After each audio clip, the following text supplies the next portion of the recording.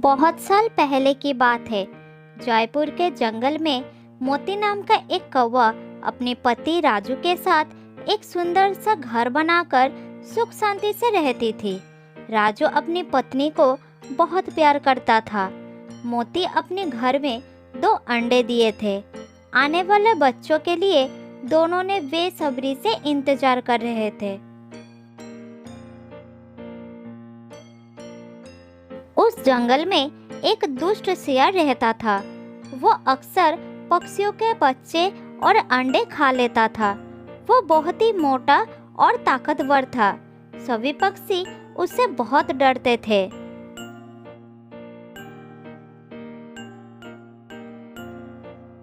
एक दिन मोती अपने पति के साथ बात कर रही थी। आज के बाद घर के कोई काम तुम नहीं करोगी, बस तुम घर में आराम करोगे। आज से सारा काम मैं कर लूँगा, चाहे घर का काम हो या घर के बाहर का। तुम चिंता मत करो, तुम सिर्फ अपनी और अंडों का ख्याल रखो। तुम निश्चिंत होकर जा सकते हो, मैं यहाँ संभाल लूंगी, लेकिन घर वापस जल्दी आना। फिर राजू खाने के तलाश में घर के बाहर चला गया। खाना ढूंढते ढूंढते थोड़ी देर भी हो गया था। खाना लेकर आते समय अचानक आसमान में काली बादल छा गए। देखते ही देखते जोरदार बारिश के साथ आंधी तूफान भी शुरू हो गया। इधर मोती घर में अपने पति का आने का इंतजार कर रही थी और भगवान के पास पति के लौटने का प्रार्थना करने लगी। मोती पूरा दिन बैठा रहा, लेकिन राजू नहीं लौटा। शाम होने लगा।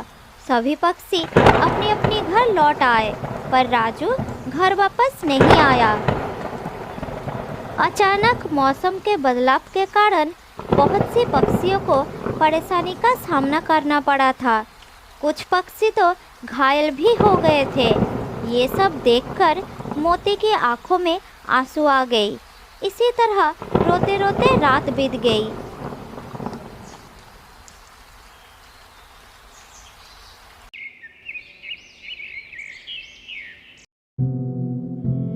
सुबह होते ही अपने पति की तलाश में जाने का निर्णय लिया।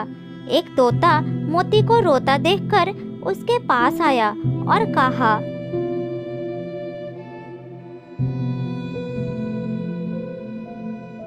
क्या हुआ मोती बहन, चिंतित लग रही हो? सब कुछ ठीक तो है ना? क्या बताओ तोता भैया, मेरे पति कल खाना ढूंढने गए थे। वो अभी तक लौटे नहीं। मैं उनकी तलाश में जा रही हूँ। ओ, ये बात है। कल अचानक ही मौसम में बदलाव आया कि जिसके विषय में हम पक्षी भी अनुमान नहीं लगा सके। इसके कारण हम पक्षी अपना घर का ही रास्ता भटक गए थे। कल हवा इतनी तेज थी कि सब कुछ अपने साथ उड़ा ले जा रही थी। ऐसे में उड़ पाना असंभव हो गया था। मैं खुद आधी रात घर लौटा हूँ। हे भगवान, मेरे पति को कुछ ना हो। तोता भाई, मैं उनकी तलाश में जा रही हूँ। मुझे बहुत डर लग रहा है। उनका कुछ हो गया तो मैं जीवित नहीं रह पाऊंगी। मोती बहन, तुम्हें ऐसी हालत में क्यों परेशान हो रही हो? मैं हूं ना, मैं उसे ढूंढ लूंगा। आखिर बार मैंने उसे आम के पेड़ के पास देखा था, वहीं से उसे ढूंढना शुरू करता हूँ। तुम घर पर आराम करो। तोते ने मोती को बहुत समझाया, पर मोती ने नहीं मानी और तोते के साथ जंगल में उड़ गई।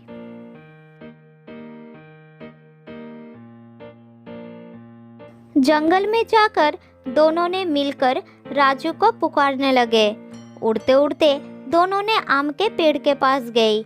आम के पेड़ के पास उन्होंने एक चिड़िया को देखा।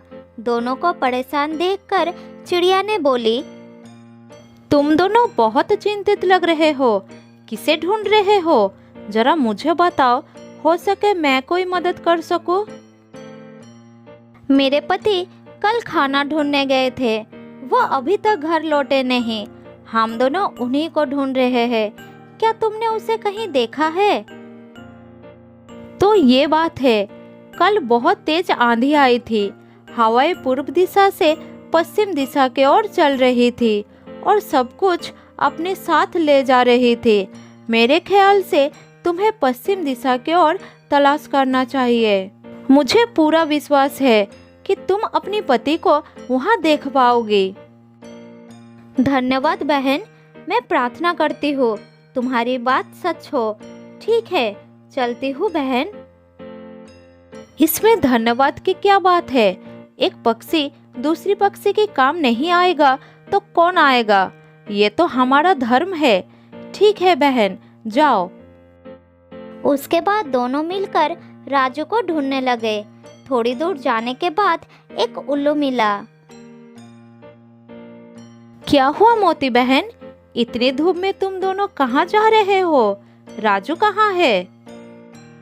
मेरे पति कल से घर नहीं लौटे हैं। मैं उन्हीं को ढूंढ रही हूँ। क्या तुमने उसे कहीं देखा है? ये जानकर बहुत दुख हुआ। इतने धूप में तुम्हें परेशानी उठानी पड़ रही है। चलो, मैं भी तुम दोनों के साथ राजू को ढूंढने चलता हूँ। फिर तीनों ने मिलकर राजू को ढूंढने निकल पड़े। थोड़ी दूर जाने के बाद एक झाड़ियों में पंख फंसा हुआ दिखाई दिया। अरे, ये तो मेरे पति का पंख है। इसका मतलब वो यहीं कहीं आसपास होंगे। मेरा मन कह रहा है वो यहीं कहीं है। ये इलाका तो वही दुष्ट सियार का है। वो पास ही में रहता है। अगर राजू उसके हाथ में पड़ गया तो अब तक वो जीवित नहीं बचा होगा। नहीं, ऐसा मत कहो। मेरे पति को कुछ नहीं हो सकता। मुझे बताओ, वो सियार कहाँ रहता है? मैं उससे अपनी पति की जान की भीख मांगूंगी। अपनी पति के बिना मैं इस संसार में नहीं जीना चाहती। अरे मोती बहन, ऐसा क्यों कहती हो? अपनी आने वाली बच्चों की तो परवाह करो। तुम्हें चिंता करने की कोई जरूरत नहीं। हम सब तुम्हारे साथ हैं। हाँ हाँ, हम सब तुम्हारे साथ हैं। तुम कभी खुद को अकेली मत समझना। चलो, उस सियार का घर उस तरफ है। भगवान करे कि राजू को कुछ ना हो। ये कहकर तीनों फिर से उड़ जाते हैं। थोड़ी दूर जाने के बाद एक घर के बाहर सियार दिखाई देता है। वो सभी एक झाड़ियों के पीछे छुप जाते हैं।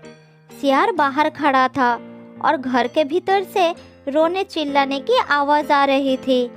ये देखकर मोती अपने आप को रोक नहीं सकी और सियार के सामने पहुंच गई। दुष्ट सियार, कहाँ रखा है मेरे पति को? मेरे पति को छोड़ दे, वरना क्या कर लोगी? मूर्ख कौवा, तुम मेरा कुछ नहीं बिगाड़ सकती। आज शाम को मैंने अपने दोस्तों को दावत पर बुलाया है। अब तो मैं तुम्हें भी कैद कर लूंगा और अपने दोस्तों के साथ मिलकर दावत उड़ाऊंगा। तभी सभी पक्षी झाड़ियों के पीछे से निकल आए और सियार के ऊपर टूट पड़े।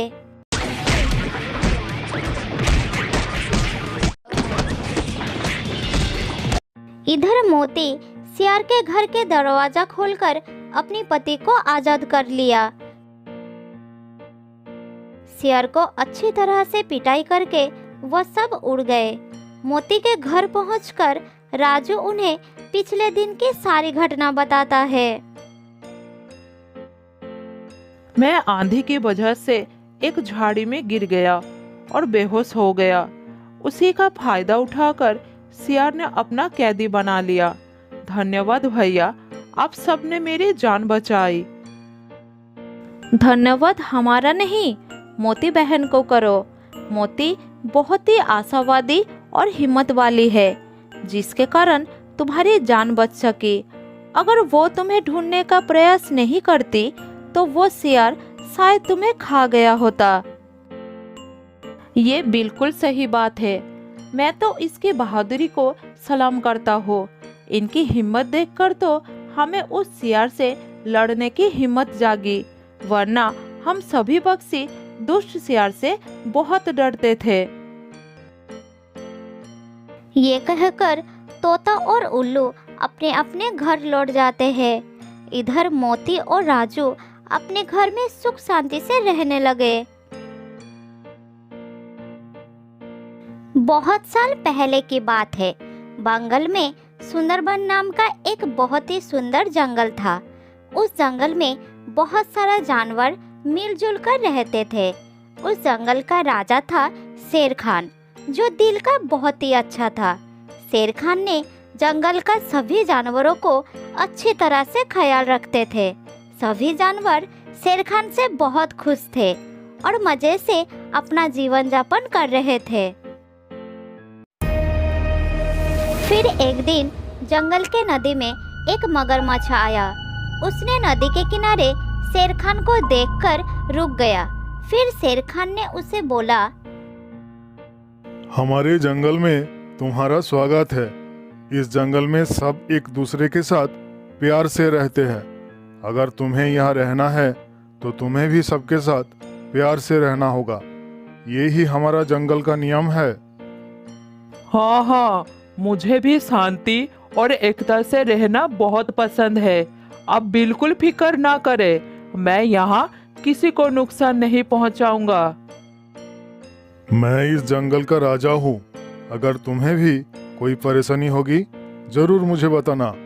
मैं नहीं चाहता इस जंगल का कोई भी प्राणी मुसीबत में रहे। आप बहुत दयावान हैं महाराज।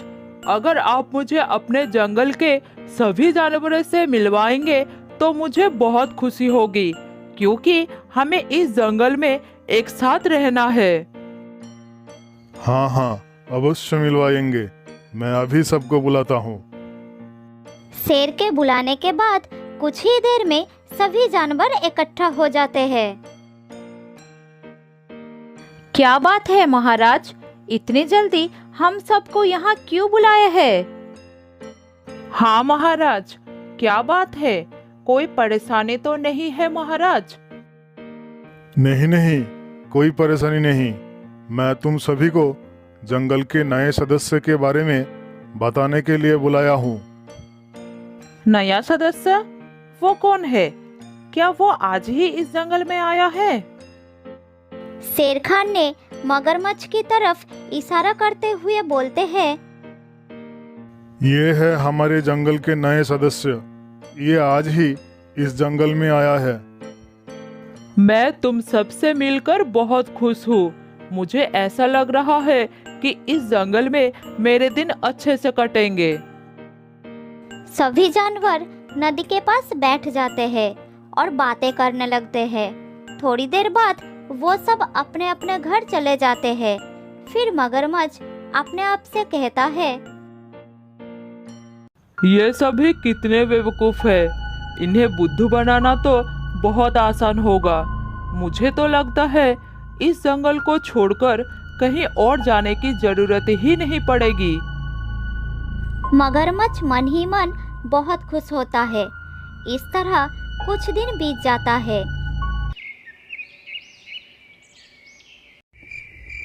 एक दिन रात को खरगोश जब जंगल में घूम रहा था तब वो अचानक कहीं गायब हो जाता है। फिर सभी जानवर खरगोश को जंगल में ढूंढने लगते हैं, लेकिन खरगोश उन्हें कहीं नहीं मिलता। अचानक खरगोश कहाँ गायब हो गया? मुझे तो कुछ समझ नहीं आ रहा। हो सकता है खरगोश दूसरे जंगल में अपने रिश्तेदारों से मिलने गया होगा। 1-2 दिन में वापस भी आ जाएगा। तुम सब चिंता मत करो, अपने अपने घर जाओ। शेर की बात मानकर सभी जानवर खरगोश के गायब होने का बात नज़रअंदाज कर देते हैं, लेकिन फिर भी हर दिन जंगल से एक जानवर गायब हो जाता है। ये देखकर जंगल के सभी जानवर बहुत डर जाते हैं और जानवरों को डरते देखकर शेर भी बहुत परेशान हो जाता है। अचानक जंगल से जानवर कहाँ गायब होते जा रहे हैं? हर दिन कोई ना कोई जानवर गायब हो रहा है। ये सब चल क्या रहा है मेरे जंगल में? महाराज, गधा भी काल गायब हो गया है। हमें तो बहुत डर लग रहा है महाराज। लेकिन मैं क्या करूं? मुझे तो कुछ समझ नहीं आ रहा। शेर बहुत चिंतित होकर अपने गुफा के ओर चला जाता है। दोस्त, मुझे तो लगता है कोई जादू की सहायता से ये सब कर रहा है। मुझे तो ये सोचकर डर लग रहा है कि कहीं आज रात हम तीनों में से कोई गायब ना हो जाए। मैं तो आज रात मगरमच्छ के साथ नदी के पास वाले पेड़ पर रहने वाला हो और उनके साथ बहुत सारी बातें करने वाला हो। क्या तुम दोनों भी मेरे साथ चलोगे? हम सब यहाँ इतनी चिंता में हैं और तुझे मस्ती करनी है। रात भर चिंता करने से जो हो रहा है वो रुक तो नहीं जाएगा। तुम दोनों ऐसे ही चिंता करो, मैं तो चला नदी के किनारे। रात बढ़ते ही बंदर नदी के ओर चल पड़ता है। बंदर जैसे ही नदी के किनारे पास वाले पेड़ पर पहुंचता है, तब वो सामने का नज़ारा देखकर एकदम हैरान हो जाता है। वो देखता है कि मगरमच्छ नदी के बाहर निकलकर जमीन में बैठ जाता है और पलक झपटते ही एक सुंदर सा हिरन का रूप धारण करता है, फिर जंगल के अंदर चला जाता है।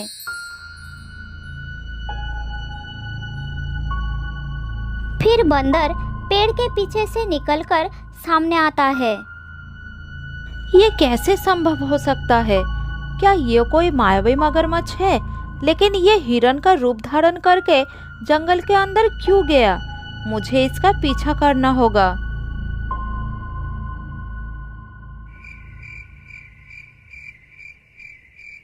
उसके बाद बंदर हिरन का पीछा करता है। पीछा करते करते बंदर जंगल के बहुत अंदर चला जाता है। थोड़ी देर बाद वो मायावी हिरन शेर खान के गुफा के सामने रुक जाता है। बंदर झाड़ियों के पीछे छुपकर चुपचाप बैठा रहता है। ये हिरन महाराज के गुफा के सामने रुक क्यों गया है? आखिर ये चाहता क्या है? कुछ देर हिरन शेर खान के गुफा के सामने ऐसे ही चुपचाप खड़ा रहता है।